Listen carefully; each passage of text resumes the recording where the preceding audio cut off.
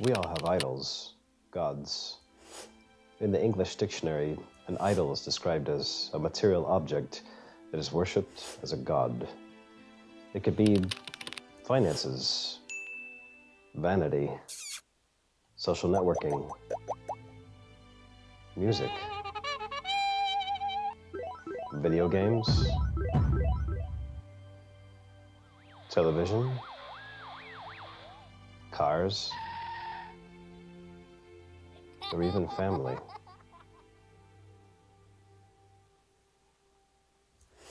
Idolatry goes much deeper than bowing down or praying to a statue. An idol is anything apart from God that we depend on for fulfillment, security, or happiness. It is anything that we pursue or trust more than God. If you're still unsure, answer this simple question. What do you spend the most time doing? God tells us to flee from idols, not just walk away, but flee. Nothing in this life can provide fulfillment, security, and happiness other than God Himself. What do you have that's competing with God?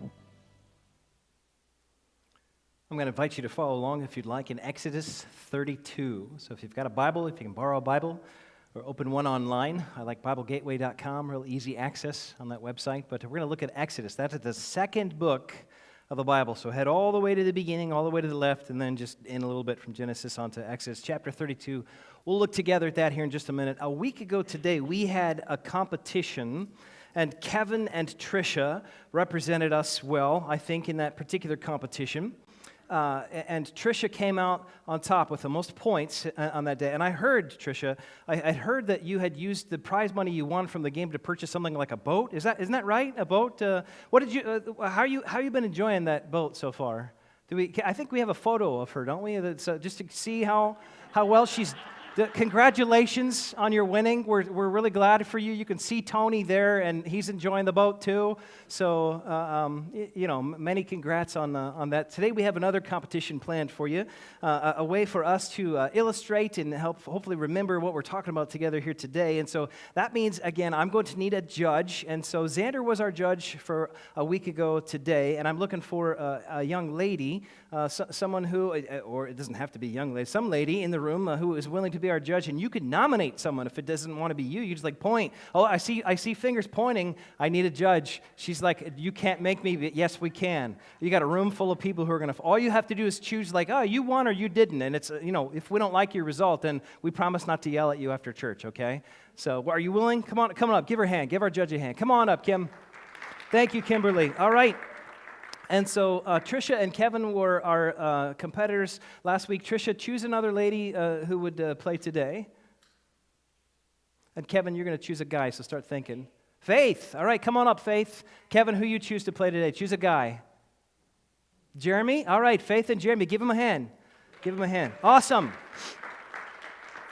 All right, now you just have to be anywhere that you can see them, okay? And you want to be able to see me. So as long as you can see all three of us, that's fine. I'm actually going to swap places with you guys so you can face everyone else. And let me come around this way. Here's how this game is going to work. So let's call you player one, okay? We'll call you player two. So if that's confusing to you, then someone needs to deal with math and numbers. But so what's going to happen is player one, you're going to copy whatever I do immediately. Does that make sense? Okay? So, no, it doesn't make sense. Does that make sense? There it is. Okay, he's got it, all right? So you're going to copy whatever I do immediately, and maybe I'll even kneel down for a camera or something. I don't know. I want to make sure that you guys can see them. And then player two, Faith, you're going to do the opposite of whatever it is that I do. So, for example, like if I clap once, then you could stomp your foot once, or if I whatever's the opposite of what I do, that's what I want you to do. Does that make sense? No, is it? Okay, is this wait? Oh, wait, is that? Okay, she's swishing up the legs and making sure that she's got it right. So we're doing an exact copy, and it's got to be immediate, and then the exact opposite as soon as I do my thing. You understand the game? All right, give him a little cheer, guys. Come on, let's cheer him on. All right, so here's how it's going to go. Actually, could you help me hold that just for a moment? Just hang on to that, and then. All right, so you ready? All right. Don't pay attention to this. I'm just trying to help everybody be able to see you. So here we go. Oh, good. Oh, well, see, the hands went far apart. Okay, we're going to spin around this way. And then it's got to be immediate. Make it immediate. Like, see, now, was that an opposite? What do you say, Judge? Because I spun and she lifted a leg. Is that an opposite? Just keep track. You're going to choose, all right? Each round. And then what was the third one we have on there? Okay, I remember what it was. Here we go. C, okay, we got it. So who won this round? Jeremy did. All right, we got 3 rounds. Don't worry, Faith. You're going to come back. Give Jeremy a hand. Give Jeremy a hand. All right, round 2. We're going to mix it up a little bit here, guys. Okay, so here's going to work. You're just going to switch. So you're going to do, you don't have to copy right now. He's like, whatever he does, I'm going to do. So you're going to do the opposite, and you're going to do the exact copy, and I want it to be fast. So you just got to, you copy me exactly, and then you do the exact opposite. I'm going to take a little peek right here. So you guys ready to play? You ready? Okay. Okay, he switched his legs. All right. Oh, no, did you catch that? Oh, okay, all right, we're good. So, he's just standing still. He's not getting as dizzy as we are. He's going the other way. He's doing anything else? Okay.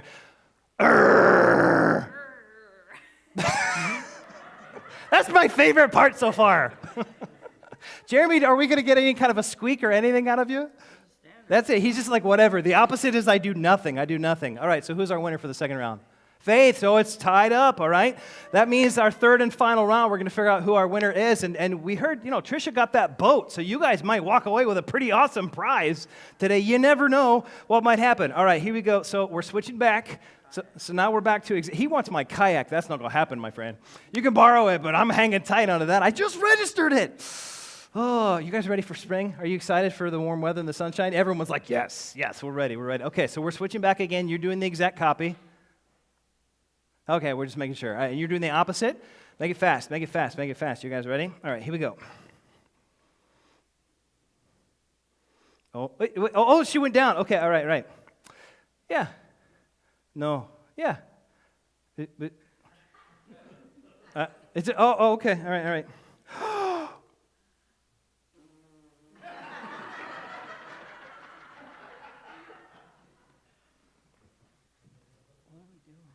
He's like, what am I supposed to do? Who won third round? Faith won. Give her a hand. Nice. Good job, man. Good job. All right, way to go. Let's thank our judge, too. Thank you, Judge. Thank you very much. Now, I think since Dave Jones has all the notes, he should finish off the sermon. What do you guys say? Yeah, you ready, Dave? Why not? Oh, boy. Good fun. So I want to talk with you guys today about a different idol. We're kind of in the middle of a series right now that we're talking about these things that anything apart from God that we depend on, anything that we turn to for fulfillment or security or happiness. It's the stuff that we pursue. It's the stuff that we trust more than God. So not necessarily things that are golden statues, but anything that could take God's place in our lives. And so in order to illustrate that here today, we've got a little game, and that illustration will make sense as the further I talk here today, but I'm remembering I read an article not too long ago in the Toledo Blade, and it was telling about one of the 3 most important strikes that ever took place in U.S. history. I don't know if you've heard about this before, but it took place at the Electric Auto Light plant. Now, this was years ago, and before most of us were born. But there were employees there at that particular plant, that factory. I think I have a picture of it. I can show you guys here too.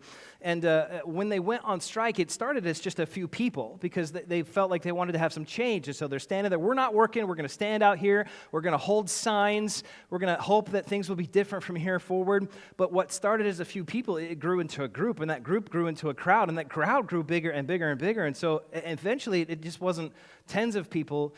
It was more than 100 people. And in fact, it was way more than 100 people. It was 1,000 people, and then after that, it was way more than 1,000 people. It was somewhere around the ballpark of 10,000 people that were all striking together on those 5, I would say, days of chaos that took place right in our backyard, right in Toledo, Ohio, and it got out of control. So TPD couldn't keep things handled, and they ended up calling in the National Guard. Can you picture 10,000 people on strike together in one place, and like the police can't even handle it, so we have National Guard coming in, and that's when bricks started flying, and that's when windows were being shattered, and they had tear gas going everywhere, and these 5 days became known as the Battle of Toledo. I wasn't familiar with it before I read about this in the article, but what it told me was that 2 people died as a result of that particular time frame, and over 200 were injured at that strike. And I know that they didn't wake up that morning, or each of the mornings of those 5 days, they didn't wake up thinking, I'm going to participate in something violent. I'm going to choose violence today. That's not how people start their day, unless you're a sociopath. That's a totally different topic. But something grew, something changed. And the bigger that the crowd became on that day there in Toledo, in those 5 days, then the louder the emotion became. And the louder and stronger that the emotion was, then the more people became swept up by it, by all that was happening. And this helps to illustrate the idol that I want to talk with you about today. It's this idol that I'm going to refer to as crowd. And I know at first glance that doesn't really seem like it makes a ton of sense, so hopefully I'll be able to explain it to you. Can you remember the idol that we talked about a week ago? If you're trying to jog your memory, think about the game that we played together. What was the idol from 1 week ago today? Aim, I heard you say it. Yeah, we talked about aim. So it's the direction where we point our lives. And that could be like we point our lives towards career. We point our lives towards wealth. We point our lives towards family, different directions and other ambitions. And the ways that we aim our lives, they're not necessarily evil, but they might not necessarily be the right target. And if we're aiming for the wrong target, then we are most certainly going to miss the right one. And so I'm encouraging you and I'm warning you, aim your life well. Aim your life well, or you will miss the right target, and you'll end up hitting the wrong one. So if you missed that message, I'm going to encourage you to hop online and take a peek at that video. Today, we're going to take a look at this guy named Moses. And so Moses was the man that God had chosen to help rescue the Jewish people. They were slaves in Egypt. So Moses was the leader, and God sent him to help get those Jewish people freed from Egypt. They had been slaves for over 400 years. I have a hard time conceptualizing what 400 years would be like. I mean, by comparison, the USA is just shy of 250 years old now. All right, so we're getting ready to celebrate our 250th anniversary. Yay, fireworks! Because that's what we do as Americans. We blow stuff up. And but as we reflect back, I want you to imagine how these 250 years of American culture, American ethos, the vibe of what it is to be an American, how these things have actually had an impact upon you. Some of them are easy for us to come up with, to identify. And so we think about, I know what it is to be an American, but other ways, because we've lived here our whole lives, and the way we do things in the United States is like so normalized and so naturalized for many of us that we don't even realize, oh, that's an American thing. Until you have a non-American person come and tell you, and that's something funny that Americans do, and we're not doing that here in whatever other nation it was that person is speaking to you from. So could you just for a moment imagine having the opportunity to establish a new nation? Think for a moment, if we had a location and we could start fresh. And we have this history. We've got this backdrop that's behind us, but now we're be giving an opportunity where we can make things work however it is that we want for them to work. So what kind of changes do you think that you might like to make? Anybody have an idea? If it doesn't have to be the way it is now, what do you want to change? 3-day work week. I love it. 3-day work week in our new nation. Special thanks to President Tricia. She's got my vote. Okay, what else do you think? Any other ideas? Come on, we can do whatever we want. Who wants to get rid of taxes? Oh, no more taxes. Okay, so if we're having an election day, shouldn't that be a federal holiday? Everybody gets the day off work so you can go and vote and then spend the rest of the day chilling with your homies. Does that sound good? Okay, a federal holiday for election day, and you know what we're doing to lima beans, right? In this new nation that we're establishing, we can do whatever we want. No more lima beans ever in the entire land. We're getting rid of those suckers, and we can do whatever we choose if we were in this place where we're going to a new space and establishing a new way of living, and it doesn't have to be based upon the way that used to be for all of our lives and for the previous 250 years here in the U.S. However, there would be things that would creep their way in, and we wouldn't even realize it at first, but they're so ingrained in your thinking and in mine. These things about what it is to be an American that influence our thinking, and our decisions and our behavior. So we'd be in a new place, and we could do whatever we choose, but we would find ourselves acting kind of like what we used to in a number of ways. And some of them would be obvious, and some of them would be like, whoa, I didn't even know that one kind of carried over there. Our history and our culture have ingrained themselves into our subconscious. And it has to do with like some of the things that we expect, some of the things that we value. We value independent freedom. As Americans, this is something that is important to us. And you might or might not say it, you might or might not think it, but it is inside of every American. If you threaten our independence, our freedom, and think that's kind of how the USA started, right? That's why we have a holiday that's called Independence Day, right? Every year we're like, that's us. We're the independent ones. I'm proud and I'm free. Yeah, okay. So but we've got these other values too. There's some expectations. Like if you go to the grocery store, what do you expect to see when you get there? Groceries. You expect to see all kinds of stuff that's for sale, and because that's what we're used to, and that's the way that things have worked. I would prefer actually to find groceries when I go to the grocery store, but maybe instead of having groceries there, they would just get delivered to our houses, so that on our 3-day work week, then I've got all the food that I want. The food's just right here. It's just showing up for me. Our preferences for clothing and for music and for all kinds of style and more, these things would bleed over from our past into our present and onto our future, whether we realized it or not, whether we meant to or not, because we've been so used to them for so long. Nod your head if this makes sense. So that's kind of the situation they were in. These are Jewish people who have been slaves in Egypt for around over 400 years. That was all they knew. It was all their parents knew. It was all their grandparents knew. It was all their great-grandparents knew. Back 400 plus years, that everything about being in Egypt and the Egyptian way of thinking and acting and behaving and valuing, that had become normalized for them. And now they had been set free.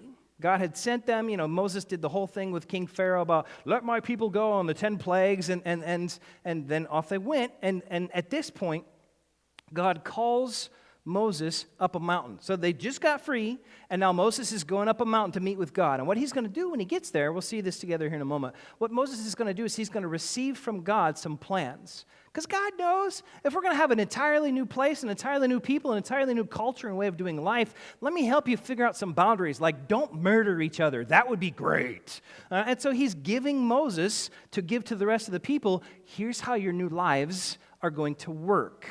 And in Exodus 24, it says, the Lord said to Moses, come up to me on the mountain, stay there, and I'll give you the tablets of stone on which I have inscribed the instructions and commands so you can teach the people. It says, so Moses and his assistant Joshua set out.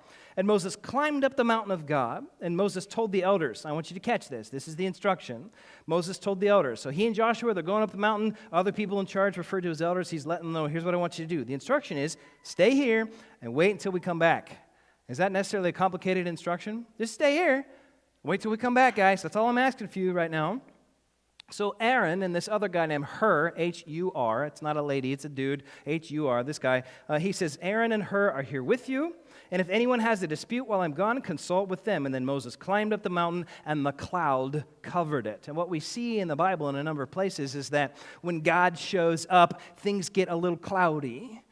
I don't fully understand why, but that was a visual representation for them of, well, Moses is meeting with God. We know this because, look, there's the cloud. We can see that here, and we have our instructions, which are, stay here and wait for us to come back. So up the mountain he goes, and he was up there all stinking day. The sun is starting to set, and the people are starting to think to themselves, like, maybe he might stay overnight. We've been waiting here all day long and trying to figure out what's going to come next. We just got set free, and we're having trouble carrying along our PlayStations with us because we don't have a home yet. And all afternoon and then evening, and it gets dark, and the sun does set. And they were right. He did stay up on top of the mountain overnight. In fact, he stayed there for more than a day. He stayed there for more than a week.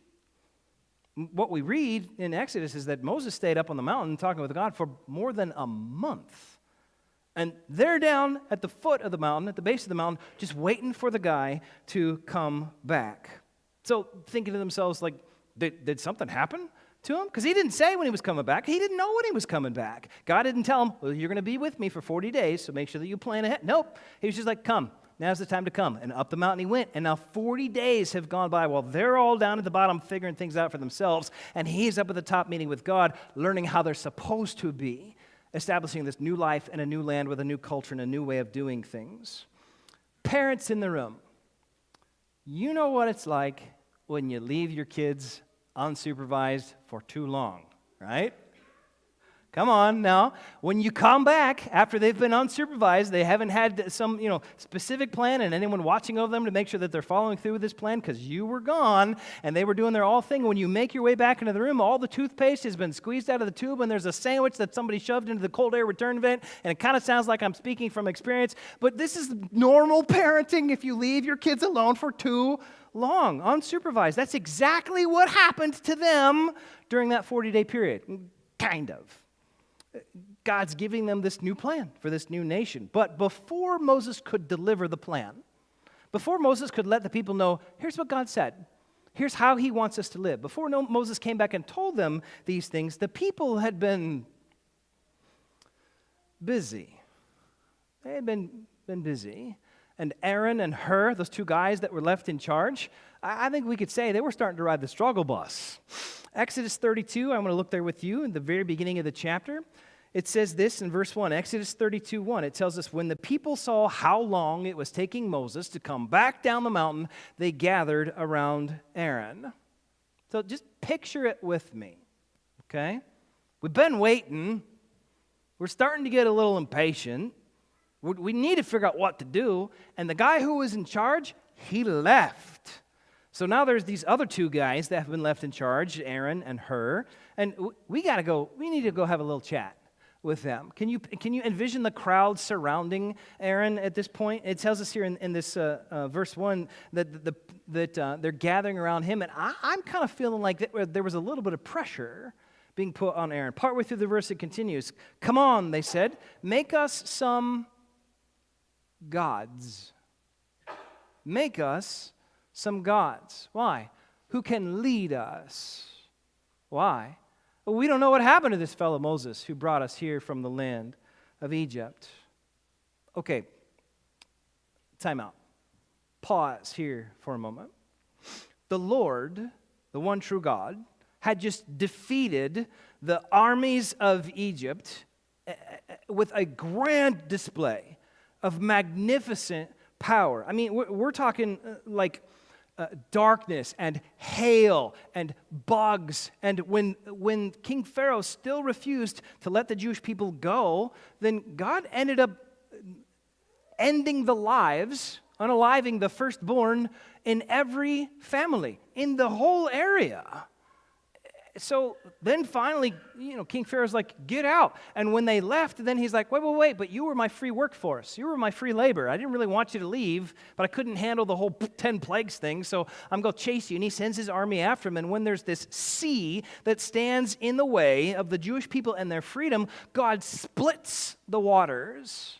And he made it so that there was dry ground that the Jewish people could walk across onto their freedom. When they get to the other side and the Jewish army is still pursuing them, what happens? Do you remember? Have you read this before? The water comes crashing back down on the army of Israel, and I don't think those horses and soldiers could swim very well. So after God had just done all of this grand display of power, now is when they're saying, well, we want some gods who can lead us. Let me clarify who was involved in this conversation here. Most of the people that are in this the context that we're reading about right now, most of them were the Jews, but not all of them. We read a little bit earlier that there were non-Jewish people who were also in Egypt, the same time when the Jewish people were in Egypt. And the whole, we're out of here, we're getting set free thing, those non-Jewish people, they liked it. They took advantage of the opportunity, and they left with the Jews. They didn't worship the Jewish God. They just went with the Jewish people, and they're on their way out. So we don't know who it was that came to talk to Aaron that day and said, hey, make us some gods who can lead us, whether it was the Jewish people who were saying this, or whether it was the non-Jewish people who didn't worship the Jewish God, or a combination of both. We don't know. But what we do know is they were not following instructions. Do you remember the instructions? Stay here. Wait till I come back. Just chill out, guys. Just wait. So, when this crowd didn't get what they wanted, then they start pushing on the pressure here. And you could hear some complaints that were being mumbled. We know what it's like to have some mumbling complaints, but they still didn't get what they wanted. And so then those complaints were getting vocalized, and some of them were just coming straight to your face, and some of them were even with raised voices because they were angry and they were upset, and respect had left the room. At this point, then it was just like voices being raised, and it was a lot like those 5 days in Toledo, where it started small. It started like we would like to have a change, but it grew into something that was much more from where it begun. And it grew out of control. So Aaron, feeling the pressure and seeing what all of these people are doing, he decides, I kind of feel like I'm going to give them what they're asking for. I'm going to do what they want. And they had asked for God alternatives. They had God. They had access to God. He was the one who had rescued them. You and I have God. He has offered rescue to you and me. But they wanted something else. They wanted a God alternative, and they asked for it, and so Aaron offered that to them. And I read this in Exodus, and I wonder about myself and about you.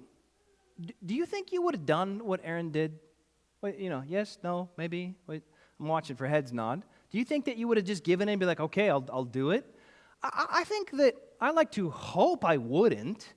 I like to think that I would hang on to my faith and remain faithful to the Lord and say, no, we're not going to do that. We're not going to have false gods. We're not going to have idols. We're not going to do anything like that. I like to think that I would have said no, but I'm not entirely convinced. I mean, it's hard to say. I wasn't there, but just knowing myself and knowing the pressure and the stresses that I've faced in life, you've faced similar situations. So what's Aaron do? Well, he gathers gold jewelry from people. You got a necklace, you got some earrings, you got a fancy whatever, give me the gold. And so he gathers that together, melts it down, and then shapes it so that it would be in the shape of a golden calf. And calves and bulls were very well known to all these people who had just left Egypt because they were all over the place. They would have been some of the strongest animals they would have seen when they were in Egypt. They represented strength and protection and dominance in life. The most famous of them was this idol that was called the Apis bull, A-P-I-S, if you're taking notes. And so as soon as he shaped that gold to make it look like a calf, they knew immediately what it represented. Nobody was confused by what it was supposed to be. They understood here. It was familiar to them, and it was impressive. It felt emotional to them because they had observed worship of false gods being taking place in Egypt for so many years, and now here's this gold that's shaped like a calf that we know what that means, and with all of this excitement, then they have this easy to celebrate around opportunity because they were used to it. It was a part of their past, whether or not it would be a part of their future. Partway through verse 4, look there with me. Exodus 32, partway through verse 4. When the people saw it, that's the golden calf, when they saw it, they exclaimed, "O Israel, these are the gods who brought you out of the land of Egypt. This is who should lead you. This is who you should follow." And a voice said, "Yes." And then somebody else said, "Yeah, that's right." And then somebody shouted, and then another, and they started getting on this bandwagon here. And the next thing you know, they're cheering, and they're clapping, and they're screaming, and they're jumping, and they're doing cartwheels, and they're repeating actions after their weird pastor up front during a game. And everybody's excited here because, yeah, that's right, look at this golden calf, all this excitement here. And what started as a group of people around Aaron had turned into a big, energized crowd ready to worship a false god. Stick with me. Verse 5. Exodus 32:5. Aaron saw how excited the people were, and so he built an altar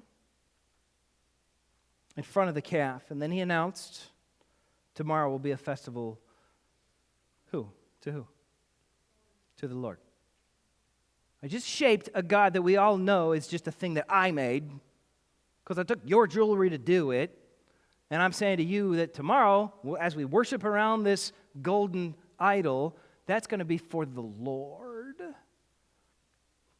But it wasn't the Lord. You know it. I know it. God is not a statue. One of the rules that he gave, one of the commands that he gave was, don't make these kind of idols, these images, these statues, because he can't be reduced to that. He's not a created thing. He's the creator. And it doesn't matter how big the crowd gets and how worked up they become. That is still just an idol. So their existing culture, their Egyptian and Near Eastern culture, prompted them to do something more than just cheer.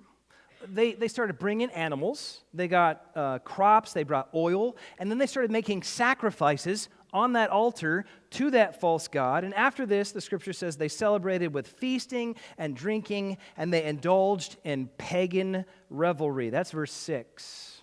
Pagan revelry.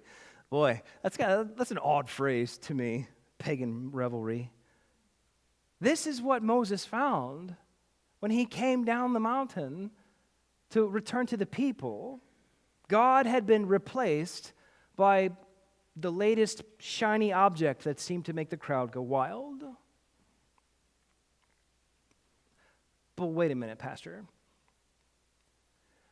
I would never worship a golden calf. I would never bow down or give some sort of an offering to a statue. I wouldn't do that. And I certainly wouldn't participate in pagan revelry. That's not me. What does this have to do with me, Pastor? Well, I'm so glad you asked. People don't always reject God consciously. Let it sink in. Usually, we just want what everybody else values. And then our loyalty shifts from God onto the things that are culturally celebrated. We're surrounded by people. We can call them crowds. We can call them our culture. And those crowds, that culture is celebrating certain things, certain activities, certain ways. And they're all celebrating it, and then our loyalty shifts. And when that happens, then crowds influence heart. What you love is influenced by crowd.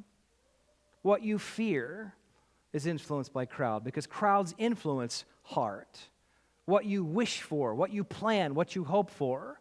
Crowds have a way of grasping hold of your heart and mine and drawing our loyalty away from God and then influencing what it is that's happening in our heart. And then celebration sways our emotion, because celebration is really easy to get caught up in.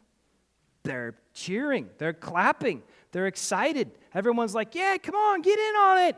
And it's filled with emotion, and then our emotion sways.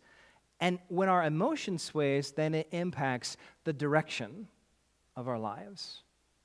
Your emotion and mine. Whether or not you think of yourself as an emotional person, it impacts our direction, and a lot of times it impacts it the wrong way. You don't have a golden calf, I hope, right? You don't have a golden calf. Well, that's good. Neither do I. But you know what we do have? We have crowds who take us in the same direction that they went, who shift our loyalty, who sway our emotion, who impact the direction of our lives. They said, wow, we don't know what happened to this guy, Moses. I mean, we waited all overnight and then over the weekend and like for a whole week and 2 weeks. Holy cow, how long is this going to take? Holy cow, it's ironic that I would say that. And then more than a month. We're at the 40-day mark and we haven't heard anything back from him. And then they're swept up by this crowd there on that day. They got swept away and they chose that exciting new fad instead of the Lord. And when Aaron saw how excited that crowd had become, he stepped down a path of destruction and called it a holiday festival for the Lord. Now, if we step back and we look at it, we can go, that's no good. Oh, bad, I wouldn't do that. They didn't wake up that morning thinking to themselves, let's totally abandon the one who rescued us with a grand display of proving that he is the one true God. They weren't thinking that. but they were caught up in everything that was happening here. And they called it this festival, holiday festival for God. And they were feasting and they were drinking and there was music and revelry and sin. This idea, this concept, it's not unique to the situation that we're reading about here in Exodus 32. In fact, it's not even unique to ancient history. It's a pattern that we can observe being demonstrated repeatedly in every culture. When people notice the crowd, they feel the energy of that crowd, they get drawn into the excitement that's coming from the energy of that crowd, they get tired of waiting on God, and then all of a sudden we get worked up into this frenzy of our own making. Now let me clarify. I don't want you to think that groups of people are bad. So make sure that you hear that part, okay? We are a group of people right now, and you guys are pretty good, okay? 2 thumbs up, except one of my hands is full. I'm not saying groups of people are bad. The problem isn't with the people. It's with the power that they can have upon you and me. It's with the power for them to influence and sway us, to pull our loyalty away from God. That's the problem. Crowds can wreak havoc on our souls. So what do we have in our culture today? Think about your life, your school, your work, your free time, our neighborhood, our town, our country. What do we have in our nation today? What do we have in our lives today that fit these kinds of descriptions? How do crowds influence us? Well, there are trends. All right.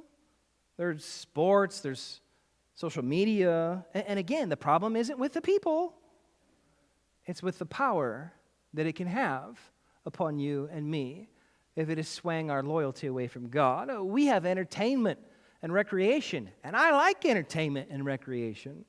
But when that grabs hold of my loyalty, when my entertainment or my recreation becomes the dominant deciding force in my schedule, that's dangerous for me and for you. It has a way to grab hold of your loyalty, of your identity. It has a way of leading you and me to misplaced priorities. It has a way of taking something good and making it into something ultimate. You know the difference. Hey, this is a good thing. Yeah, it's good. Enjoy it. That's great. But it's not supposed to be ultimate. It's not supposed to be Lord, God, over you or over me. Something visible that we see around us in life ends up replacing something spiritual that is really far more important. And celebration of the crowd becomes worship directed at the wrong thing. Now, stick with me. You might not think of the ways that you interact with larger groups of people as worship. I wouldn't necessarily start my thinking in that way either. But it most certainly can become worship. The way that you and I interact with what I'm referring to as crowd, it can become worship. It certainly happens when things are happening in life like trends in sports and social media and entertainment. It sways our loyalty. That's our worship. I might not be dressing up nice and standing in a church building and singing a song, but it certainly grabbed my worship if it took the loyalty of my heart.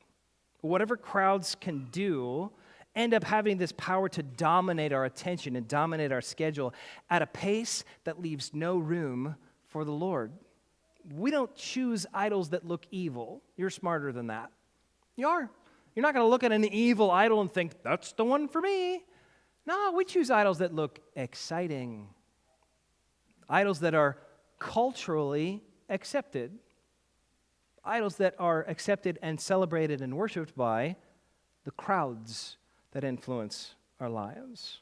So, like God did with the Jews, He wants to create us, you and me, into a people whose identity comes from Him, not from our past, not from the crowds. He wants us to be obviously, visibly different from the rest. They had absorbed Egyptian and Near Eastern culture in ways that I don't imagine they would have even realized or fully understood. We wouldn't have either if we were in their shoes.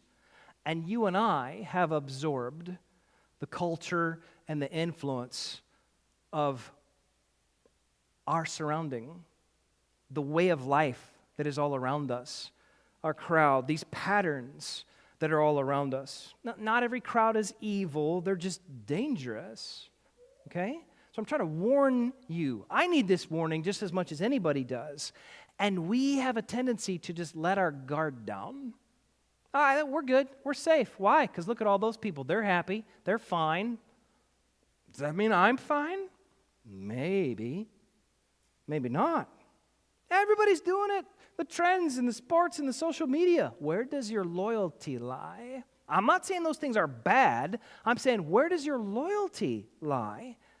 Does it lie with the Lord? Is that where your loyalty is? Or does it get drawn somewhere else into a dangerous direction? Do you find yourself doing things that otherwise you would not do if it wasn't for the people around you? I wouldn't have said that. I wouldn't have behaved that way. I wouldn't have gone and participated in that activity if it wasn't for this group of people. Have you found yourself in that kind of a position before? That's the influence of crowd.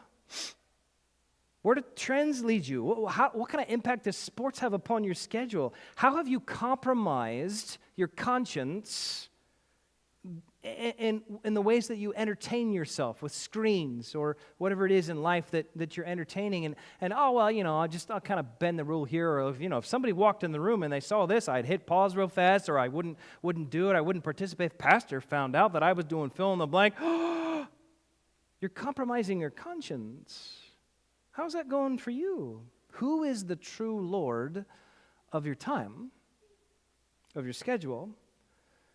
I get it. Time's complicated. Schedules are busy. It's very American, by the way. I don't know how many non-American friends that you have, but when we get a gap in our schedule that frees up because something is canceled and nothing is planned, what's the first thing we say? What should I do? Not, oh, good, now I don't have to do because there's this space in my schedule. No, the American thing is fill it. Fill that schedule so that you have something to do. You want to be productive, right? Very American. That is our culture. That is the crowd around us influencing how you and I spend our time. But Pastor, I can't come to church this weekend or next. I don't have time for that. But we got time for March Madness, or we got time for the Masters golf tournament, or whatever sport it is for any particular season we're in right then. Pastor, I don't have the time to read my Bible. I'll hear some of it on Sunday morning, but throughout the rest of the week, I don't have time for that. But I certainly have time for scrolling pretty much every day. And for some of us, it's more than once a day. I don't have the energy, Pastor. I do not have the energy to join a serve team and participate with that. You don't understand, because I've been working so hard throughout the rest of the week at school or with my family responsibilities or at my job, and I just simply don't have any energy left over to participate and join a serve team. But we've got the energy to argue with a ref's bad call. And we've got the energy to cheer wholeheartedly and loudly for a team that doesn't even know we exist. We find the energy for those things. I don't have time for a weekly small group, Pastor. That just doesn't really fit with all the things that I got going on right now. But I do have time to binge watch 3 episodes. I have crowds in my life, and so do yours, who have all of the time to influence me. Are you seeing it? This is dangerous. And we've not treated it like it's a danger. It's not always bad, but it is dangerous. We have the energy for things that entertain us, but not for the things that transform us. We make the time for things that excite us, but not always for what the Lord requires of us. We follow the draw of the crowd, but we resist the draw of the one who we call Lord. So I got to ask, is he? Is he your Lord? Is he actually the one who is rightfully holding that title, that position of authority in your life? or is the crowd? Here's what I want you to do. I'm going to ask you to do 4 things. So think about this, all right? I'm going to ask you to notice your golden calf moment. I want you to start paying attention to where is my time and energy going in life. It's going to be a little assessment. It's going to require some time and energy for us to do this, but I guarantee it's worth it because you don't want to get swept away into a golden calf moment. So think about it before you get there. Secondly, I'm going to ask you to do one thing this week that moves your loyalty back to God. Not 5 things, not 10 things, but I want you to find one thing that you can do. Maybe it already came to your mind. Maybe you need to spend a couple minutes during lunch today talking with somebody else about what could my one thing be to move your loyalty back to God. Find at least one thing and do it this week. Thirdly, I'm going to ask you, when you are in a crowd or when you are near a crowd, when you find yourself in a situation in life where there are groups of people or systems and ways of life, because I would still refer to that as crowd, that is influencing you, then do not mindlessly conform to their pattern. It's easy to do. It's foolish. It's dangerous. And you don't want that. So instead of just conforming mindlessly to their pattern, ask God, pray to God that He would reshape your thinking. Isn't that what Romans 12 verses 1 and 2 tells us to do? Hang on. I'm being pulled by a crowd. What do I need to do? God, I want you to shape my thinking. I'm praying, I'm asking you right now, Lord, shape my thinking. And if you ask His Spirit to make you more aware of when crowds are influencing the direction of your loyalty, He will. He will. I guarantee it. You don't have to wonder like, well, what if I don't notice? Sometimes you will, sometimes you won't notice. But if you ask Him for help, He'll start showing you. He will. Fourth, put something spiritual on your schedule this week, something specific. You got a plan, you got a schedule. Either it's written down because, you're a little anal like I am, or it's in your head, but you've got some kind of a plan for the way that the rest of your week is going to go. Put something spiritual, something significant into your schedule for this week, and then otherwise, you are going to be swept up by the crowd, and you will mindlessly end up doing things that they are doing, and that could lead you down a path that you will regret. Remember what Jeremiah reported to us in Jeremiah 2. This is what the Lord says in Jeremiah 2. The heavens are shocked. Oh, sorry, Lord, what did I do to shock you? He says, the heavens are shocked at such a thing, and they shrink back in horror and dismay, says the Lord. For my people have done 2 evil things. Well, what are they, Lord? They have abandoned me. The source, the fountain, the only source of life. He says they've abandoned me, the fountain of living water. And, the second, they've dug for themselves cracked cisterns. They're broken. You're finding another way, but it doesn't work right, and it can't hold water at all. The Lord wants to be your source of, here water is representing the fullness of life. And if you're finding it, you're pursuing it, you're seeking it in any other way, that's a cracked cistern. It can't even hold water. It might seem like, I got a little sip at the moment, but boy, am I still thirsty in my soul. God looks at that and goes, that's horrible, because I love you, and I don't want you to be spiritually parched. I want to pour out my living water in you. I want you to have the fullness of life that comes from the living water of God. What crowd have you allowed to influence you and your loyalty to wrongly receive your worship? Well, what do you have that's competing with God? And so may we be challenged and offended. May we feel the pain. And may we experience the difficulty that it is to deal with sin. And as we bring ourselves emotionally and mentally and spiritually to the cross of Jesus, may we find mercy and grace, healing and hope. And then may we bring others with us that they may find it too.